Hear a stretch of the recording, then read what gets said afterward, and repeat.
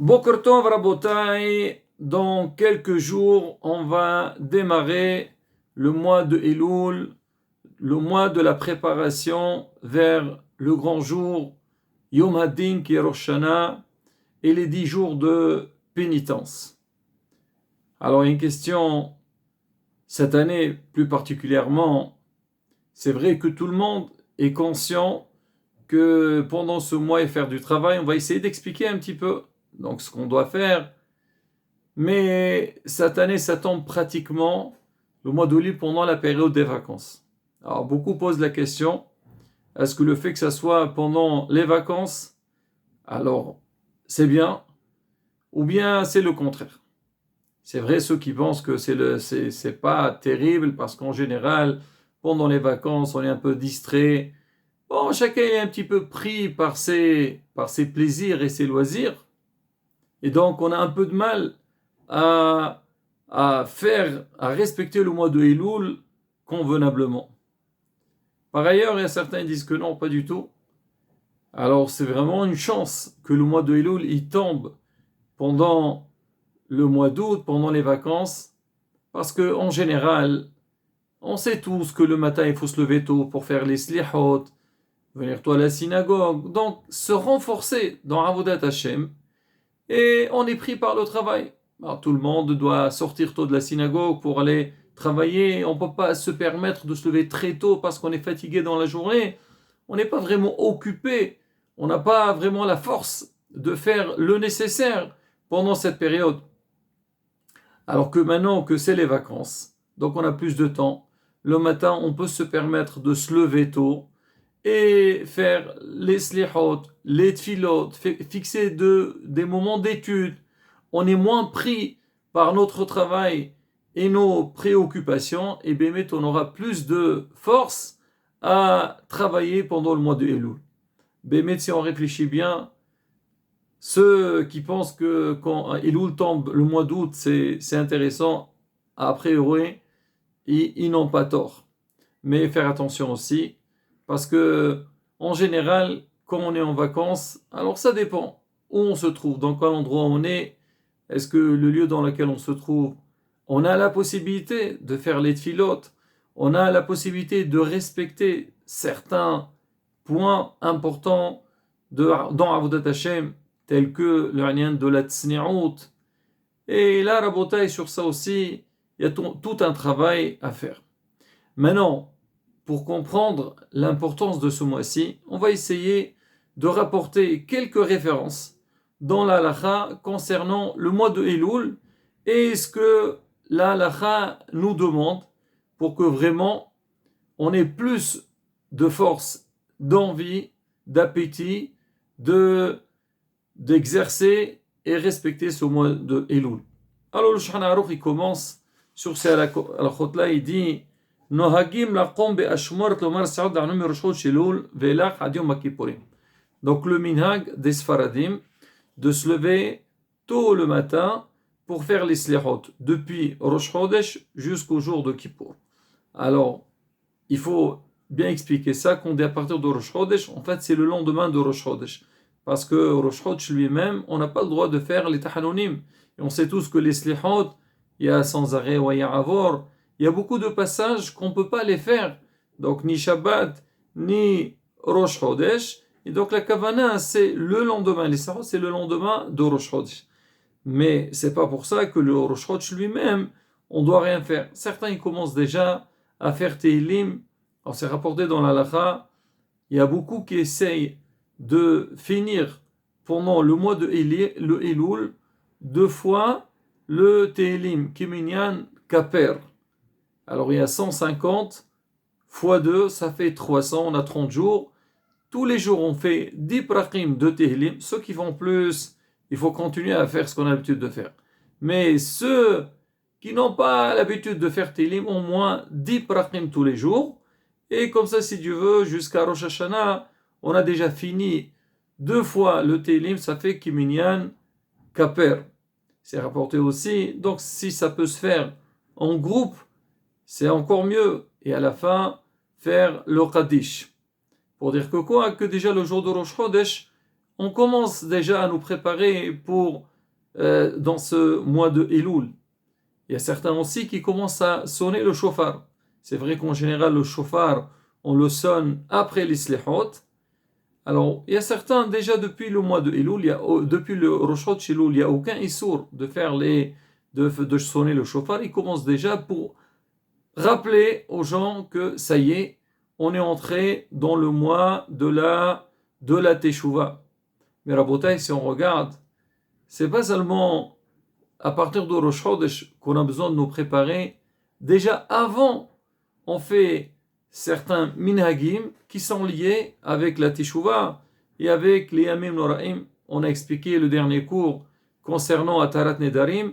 On a dit certaines communautés, ils ont l'habitude de faire 40 jours avant Rosh Hashanah et 40 jours avant Yom Kippourim.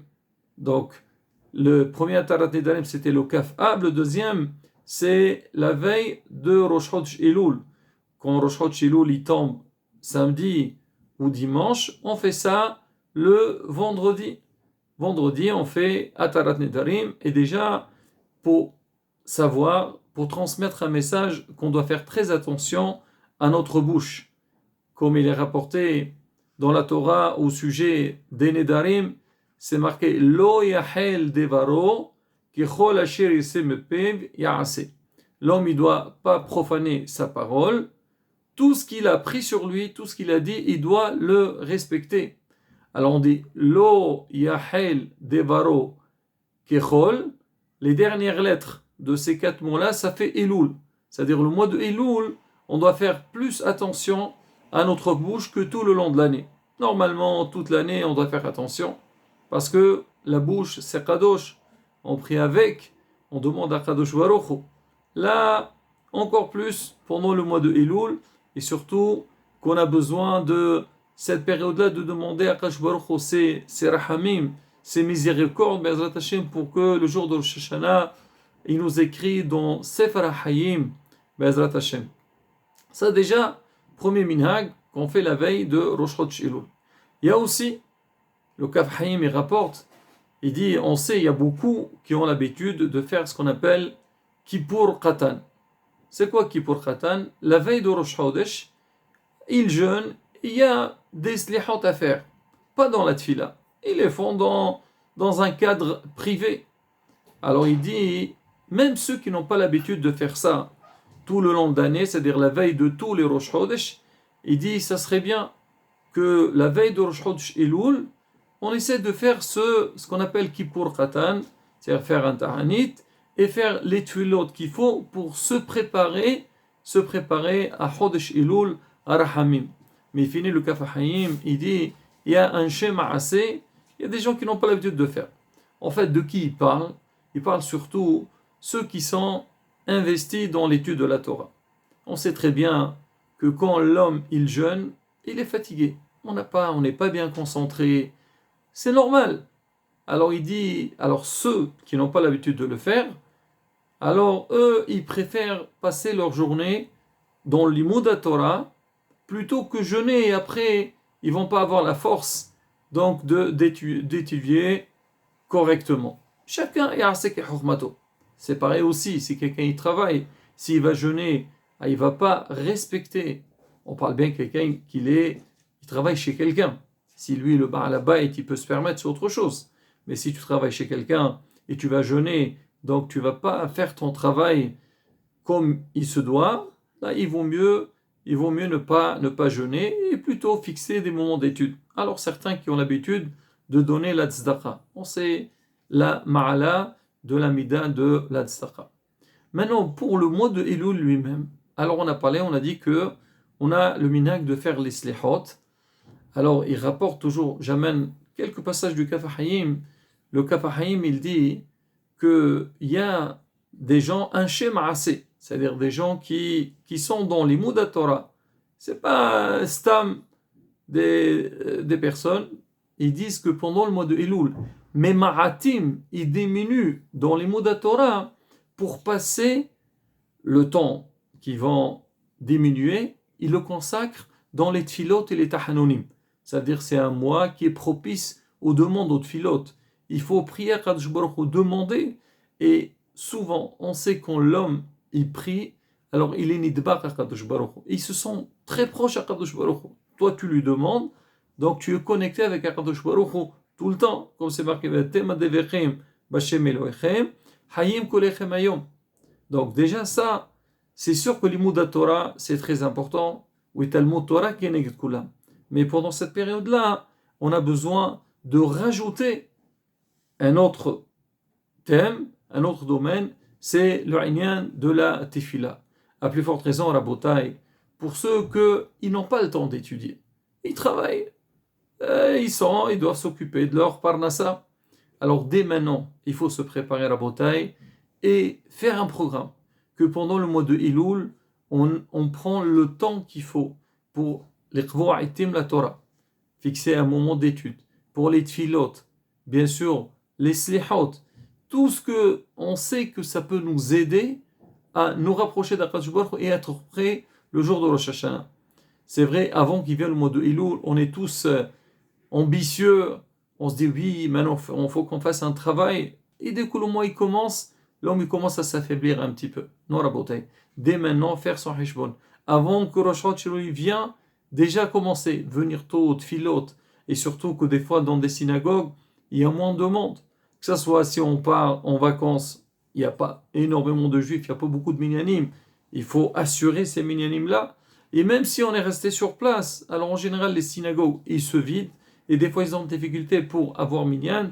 Il faut venir. Il faut aider pour que Bezat Hashem, on sente. On ne soit pas dégoûté. Oh là là, je viens à la file là et je perds du temps. Et les gens, ils ne sont pas là. Et le alim, des fois, on commence à dire des choses comme du n'importe quoi, du lashon hara. Non, être là, encourager les autres. Et surtout, Rabotai, le point le plus important, c'est l'anyan lefashfesh b'ma'asav. L'homme, il doit vérifier dans ses actions comment l'année allait passer, et j'essaye un petit peu de corriger, de rectifier toutes les fautes que j'ai faites tout le long de l'année, et aussi savoir comment je dois m'améliorer. Les Hachamim disent ça c'est tout le long de l'année, mais au moins le mois de Elul, et quand on dit toujours les femmes Saragra, quand Kadosh Baruch Hu, ils voient que l'Am Israël, ils font les efforts nécessaires, et il essaie de s'approcher de lui, de se corriger, lui aussi de sa part. Bezrat Hashem, il est miséricordieux, mais il sera plus miséricordieux vers nous, Bezrat Hashem, Virtovotano, le Hayim Tovim le Shalom, Amen Kerason. Bezrat Hashem, donc comme on dit, ça c'est une petite introduction par rapport au mois de Elul, et Bezrat Hashem, le prochain cours, on parlera des halachot qui concernent le mois même, et bien sûr, la préparation pour Yom Haddin. Hezqu ou Yemso.